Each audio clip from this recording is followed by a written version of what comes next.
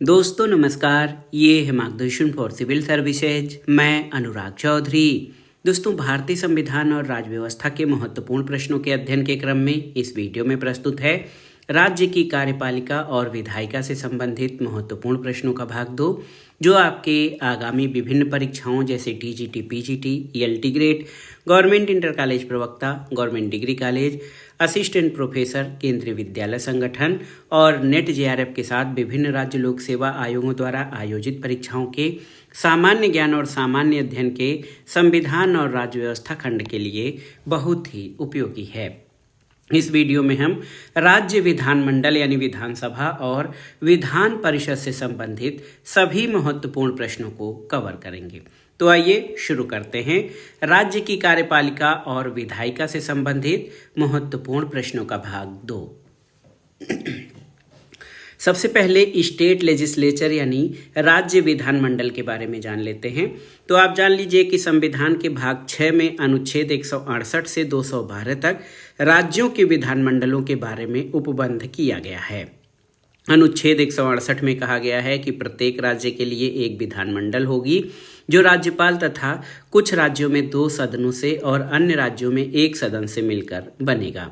जिन राज्यों में विधानमंडल के 2 सदन होंगे, वहां एक का नाम विधान परिषद यानी लेजिस्लेटिव काउंसिल और दूसरे का नाम जो है विधानसभा यानी लेजिस्लेटिव असेंबली होगा। इसलिए राज्य विधानमंडल राज्यपाल और 1 सदन वाले राज्यों में विधानसभा और 2 सदन वाले राज्यों में विधानसभा और विधान परिषद से मिलकर बनता है। राज्यों में विधान परिषद की स्थापना या उन्मूलन का अधिकार अनुच्छेद 169 के अंतर्गत संसद को दिया गया है। पहला प्रश्न है, राज्यों की विधान मंडलों के गठन के बारे में प्रावधान किस अनुच्छेद में दिया गया है? तो ये है अनुच्छेद 168। याद रखिएगा, अनुच्छेद 168 में कहा गया है कि प्रत्येक राज्य के लिए एक विधानमंडल होगा, जो राज्यपाल तथा कुछ राज्यों में 2 सदन और अन्य राज्यों में 1 सदन से मिलकर बनेगा। अगला प्रश्न है, राज्य विधानमंडल का गठन किससे मिलकर होता है? तो राज्य विधानमंडल का गठन राज्यपाल और विधानसभा तथा विधान परिषद, जिन राज्यों में 2 सदन होते हैं, उनसे मिलकर होता है। एक और महत्वपूर्ण प्रश्न है, आप देखिए कि वर्तमान में कुल कितने राज्यों में तथा किसमें विधानमंडल द्विसदनीय हैं। तो ये 6 राज्य हैं, उत्तर प्रदेश, बिहार, महाराष्ट्र, आंध्र प्रदेश, कर्नाटक, तेलंगाना में इन 6 राज्यों में विधानमंडल जो है द्विसदनीय है और भारत की संसद ने राजस्थान और असम को भी द्विसदनीय विधानमंडल की मंजूरी प्रदान कर दी है। अगला प्रश्न देखिए, महत्वपूर्ण है कि राज्य विधानमंडल के द्वितीय सदन यानी विधान परिषद की स्थापना और उन्मूलन का अधिकार किसको है? तो राज्य विधानमंडल के द्वितीय सदन जो कि विधान परिषद है, जिसको लेजिस्लेटिव काउंसिल कहा जाता है, उसकी स्थापना और उन्मूलन का अधिकार संसद को है और ये व्यवस्था संविधान के अनुच्छेद 169 में दी गई है। अगले प्रश्न पर आते हैं कि किसी राज्य में विधान परिषद को स्थापित करने या समाप्त करने के लिए विधानसभा द्वारा इस आशय का संकल्प पारित किया जाना आवश्यक है। विधानसभा द्वारा ऐसा संकल्प किस प्रकार के बहुमत से पारित किया जाना चाहिए? तो सही उत्तर है विशेष बहुमत से, यानी अपनी कुल सदस्य संख्या के बहुमत तथा उपस्थित और मतदान करने वाले सदस्यों के 2/3 बहुमत से ये संकल्प पारित किया जाना चाहिए। अगला प्रश्न देखिए जो है अगला, जम्मू कश्मीर के लिए परिसीमन आयोग की सिफारिशें हैं। तो सर्वोच्च न्यायालय की सेवानिवृत्त न्यायाधीश रंजना देसाई की अध्यक्षता वाले परिसीमन आयोग ने 20 दिसंबर 2021 को अपनी सिफारिशें साझा की, जो हैं कि परिसीमन आयोग ने जम्मू और कश्मीर के लिए 7 अतिरिक्त विधानसभा सीटों का प्रावधान किया है, जिसमें जम्मू संभाग के लिए 6 सीट और कश्मीर घाटी के लिए 1 सीट का प्रावधान किया गया है। इसके अतिरिक्त 24 सीटें पाक अधिकृत कश्मीर यानी पाक ऑक्युपाइड कश्मीर के लिए आरक्षित करने का प्रावधान है। आयोग ने पहली बार जनसंख्या के आधार पर अनुसूचित जनजातियों यानी शेड्यूल्ड ट्राइब्स के लिए 9 सीटें तथा अनुसूचित जाति यानी एससी के लिए 7 सीट आरक्षित करने का प्रस्ताव रखा है। आप देखिए कि जम्मू कश्मीर ये जो प्रस्ताव है इसके शामिल करने के बाद जम्मू कश्मीर में कुल 90 विधानसभा सीट हो जाएंगी और जम्मू संभाग की सीटों की संख्या 37 से बढ़कर 43 और कश्मीर घाटी में 46 से बढ़कर 47 हो जाएंगी। और आप जान लीजिए कि परिसीमन आयोग के पास निर्वाचन क्षेत्रों के सीमांकन के लिए 6 मार्च 2022 तक का समय निर्धारित था। अगले प्रश्न पर आते हैं कि राज्य विधानमंडल के किस सदन को प्रथम सदन या निम्न सदन या लोकप्रिय सदन कहा जाता है। तो विधानसभा यानी लेजिस्लेटिव असेंबली को राज्य विधानमंडल का प्रथम सदन, निम्न सदन या लोकप्रिय सदन कहा जाता है। भारत के किन संघ शासित प्रदेशों में विधानसभा स्थापित की गई है। तो याद रखिएगा, दिल्ली, पुडुचेरी और जम्मू कश्मीर में विधानसभा स्थापित की गई है। एक और महत्वपूर्ण प्रश्न है, किसी राज्य की विधानसभा में अधिक से अधिक कुल कितने सदस्य हो सकते हैं। तो राज्य की विधानसभा में अधिकतम 500 सदस्य हो सकते हैं। एक और देखिए महत्वपूर्ण प्रश्न है कि अनुच्छेद 170 के अनुसार किसी राज्य की विधानसभा में कम से कम कुल कितने सदस्य हो सकते हैं। तो विधानसभा में कम से कम कुल 60 सीटें हो सकती हैं किसी राज्य की विधानसभा में।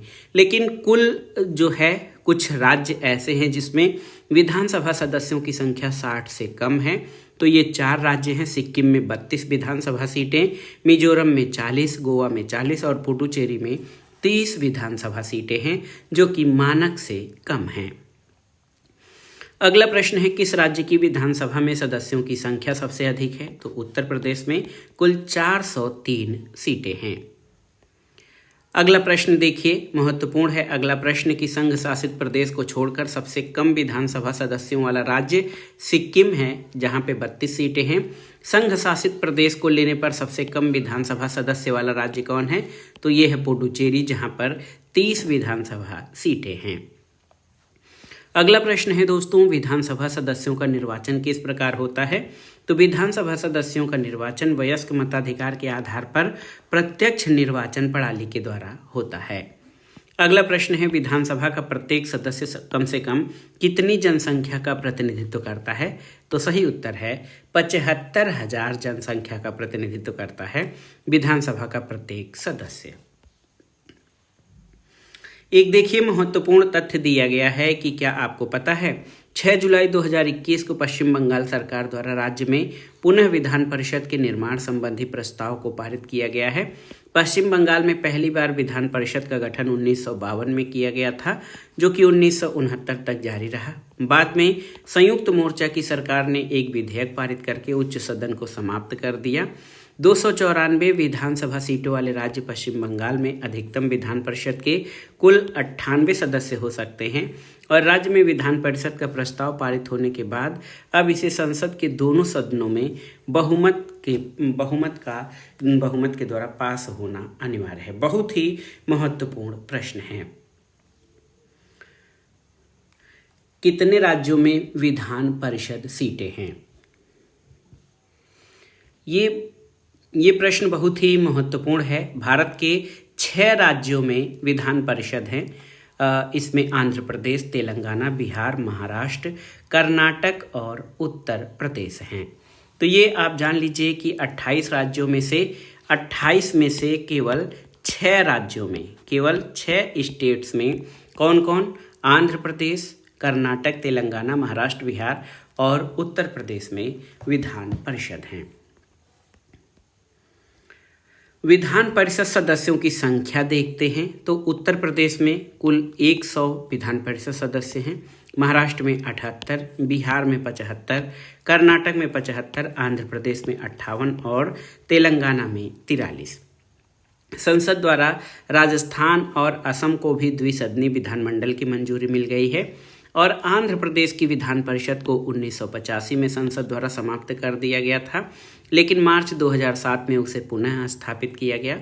मई 2010 में तमिलनाडु में विधान परिषद के पुनः स्थापन के लिए विधानसभा ने प्रस्ताव पारित किया था, लेकिन 2012 में उसे वापस ले लिया गया और जम्मू कश्मीर विधान परिषद को जम्मू कश्मीर पुनर्गठन अधिनियम 2019 के अंतर्गत समाप्त किया गया और जम्मू कश्मीर को नया संघ शासित प्रदेश बना दिया गया।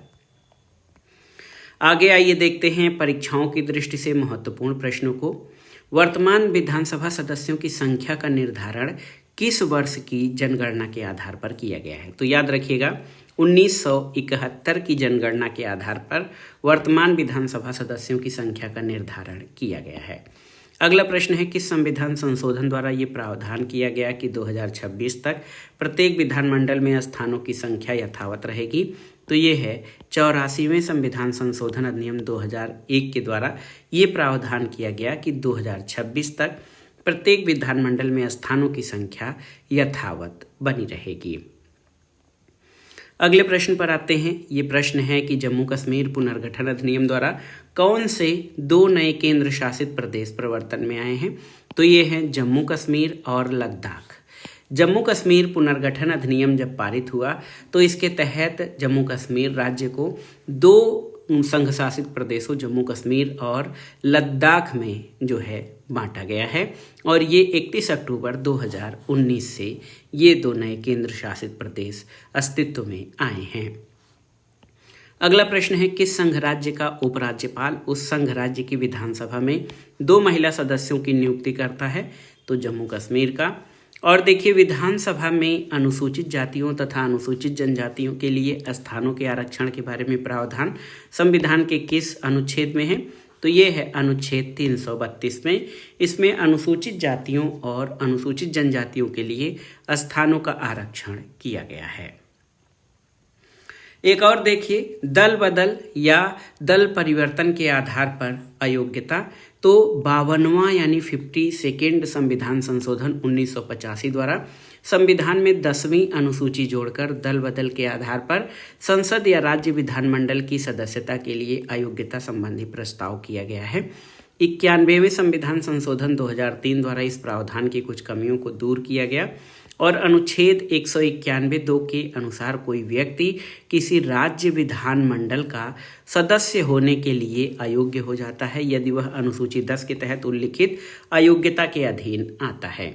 और अनुसूची 10 के अनुसार किसी राजनीतिक दल का कोई निर्वाचित सदस्य किसी सदन का सदस्य होने के लिए डिस्क्वालीफाइड यानी अयोग्य तब होगा यदि कौन कौन से कारण हैं?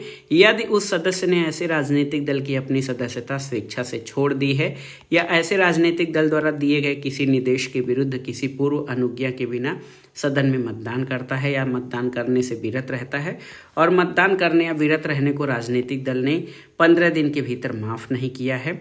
इसके अलावा निर्दलीय सदस्य जो निर्वाचन के पश्चात किसी अन्य राजनीतिक दल का सदस्य हो जाता है। सदन का कोई मनोनीत या नॉमिनेट सदस्य शपथ ग्रहण के पश्चात 6 मास की समाप्ति पर किसी राजनीतिक दल में शामिल हो जाता है तो जो है निर्हरता लागू होती है यानी वो डिस्क्वालीफाइड होता है। लेकिन दल परिवर्तन के आधार पर निर्हरता निम्नलिखित परिस्थितियों में लागू नहीं होती है। कौन कौन सी परिस्थितियां? यदि उसके मूल राजनीतिक दल का किसी अन्य राजनीतिक दल में विलय हो जाता है और वो उसका सदस्य बन गया है या विलय स्वीकार नहीं किया है और एक पृथक समूह के रूप में कार्य करने का निश्चय किया है, तो ऐसी परिस्थिति में ये डिस्क्वालिफिकेशन उस पर लागू नहीं होगा।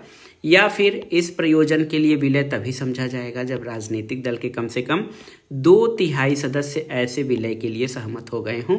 और दल परिवर्तन के प्रश्न पर यथास्थिति राज्य विधानमंडल का सभापति या अध्यक्ष निर्णय करेगा और उसका विनिश्चय अंतिम होगा। ये आप याद रखिएगा।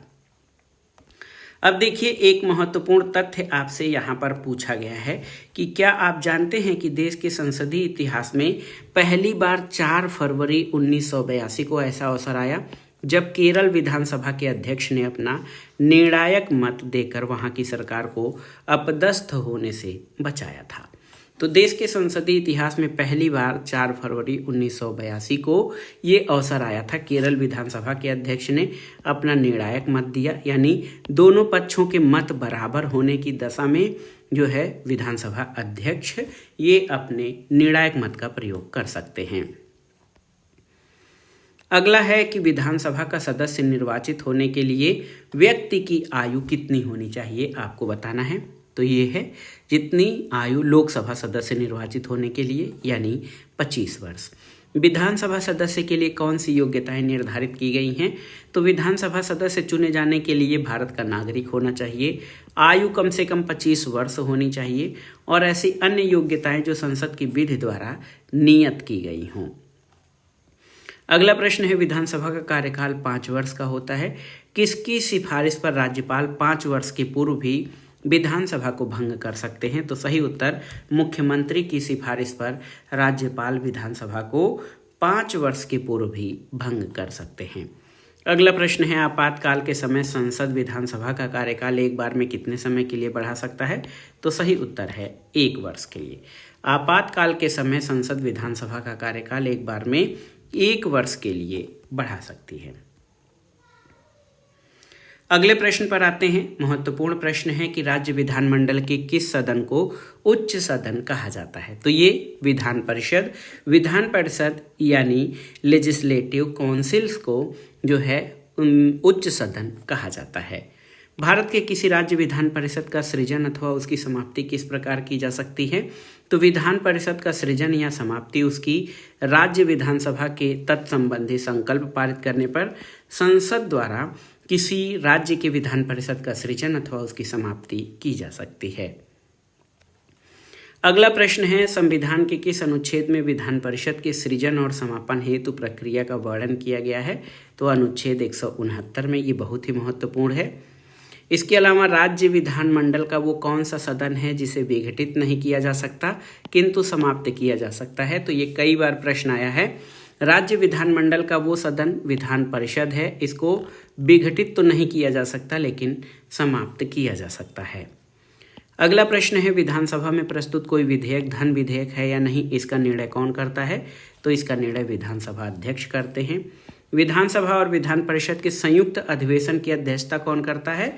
तो विधानसभा सभापति या विधानसभा के अध्यक्ष विधानसभा और विधान परिषद के संयुक्त अधिवेशन की अध्यक्षता करता है।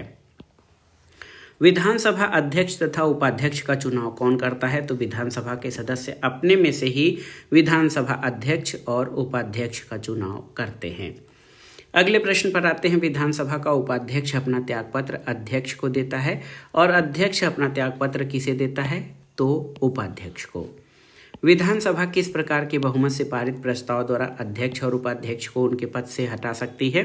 तो ये जो बहुमत साधारण बहुमत से पारित संकल्प के द्वारा विधानसभा अपने अध्यक्ष और उपाध्यक्ष को उनके पद से हटा सकती है। अगला प्रश्न, विधानसभा के भंग हो जाने पर भी विधानसभा अध्यक्ष कब तक अपने पद पर बना रहता है? तो नई विधानसभा की प्रथम बैठक तक वो विधानसभा अध्यक्ष अपने पद पर बना रहता है, विधानसभा के भंग हो जाने पर भी। अगला प्रश्न है, पंजाब तथा पश्चिम बंगाल राज्य की विधान परिषद को कब समाप्त कर दिया गया? तो 1969 में, याद रखिएगा। आंध्र प्रदेश की विधान परिषद को 1985 में समाप्त कर दिया गया था। इसको कब पुनः स्थापित किया गया? तो 2007 में। 1956 में कुल कितने पुनर्गठित राज्यों में द्विसदनीय विधायिकाएं थीं? तो 1956 में 5 राज्यों में उत्तर प्रदेश, बिहार, महाराष्ट्र, कर्नाटक और जम्मू कश्मीर में द्विसदनीय विधायिका का प्रावधान था। अगला प्रश्न है, विधान परिषदों के गठन के बारे में प्रावधान किस अनुच्छेद के तहत किया गया? तो अनुच्छेद 171 के तहत। किसी राज्य में विधान परिषद के सदस्यों की अधिकतम संख्या कितनी हो सकती है? तो उस राज्य में विधानसभा सदस्यों की कुल संख्या का 1/3 हो सकता है विधान परिषद के सदस्यों की अधिकतम संख्या। अगला प्रश्न है, वह न्यूनतम सदस्य संख्या क्या है जो किसी राज्य की विधान परिषद में हो सकती है? तो 40 सदस्य हैं। सर्वाधिक विधान परिषद सदस्यों वाला राज्य कौन सा है? तो अपना उत्तर प्रदेश, जहां पर कुल 100 विधान परिषद सदस्य हैं। अगला प्रश्न है, विधान परिषद सदस्यों का निर्वाचन किस प्रणाली से होता है? तो आनुपातिक प्रतिनिधित्व पद्धति के एकल संक्रमणीय मत प्रणाली द्वारा विधान परिषद के सदस्यों का निर्वाचन होता है।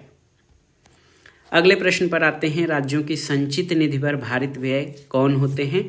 तो याद रखिएगा दोस्तों, राज्यपाल के वेतन और भत्ते और उसके पद से संबंधित जो अन्य व्यय हैं वो राज्यों की संचित निधि पर भारित होते हैं। इसके अलावा विधानसभा के अध्यक्ष और उपाध्यक्ष तथा विधान परिषद वाले राज्य की दशा में विधान परिषद के सभापति और उपसभापति के वेतन भत्ते राज्य की संचित निधि पर भारित होते हैं। इसके अलावा संबंधित उच्च न्यायालय यानी राज्य के उच्च न्यायालय के न्यायाधीशों के वेतन और भत्तों के संबंध में व्यय, ऐसे ऋण तथा उसके ब्याज आदि जिसका दायित्व राज्य पर है, किसी न्यायालय या मध्यस्थ अधिकरण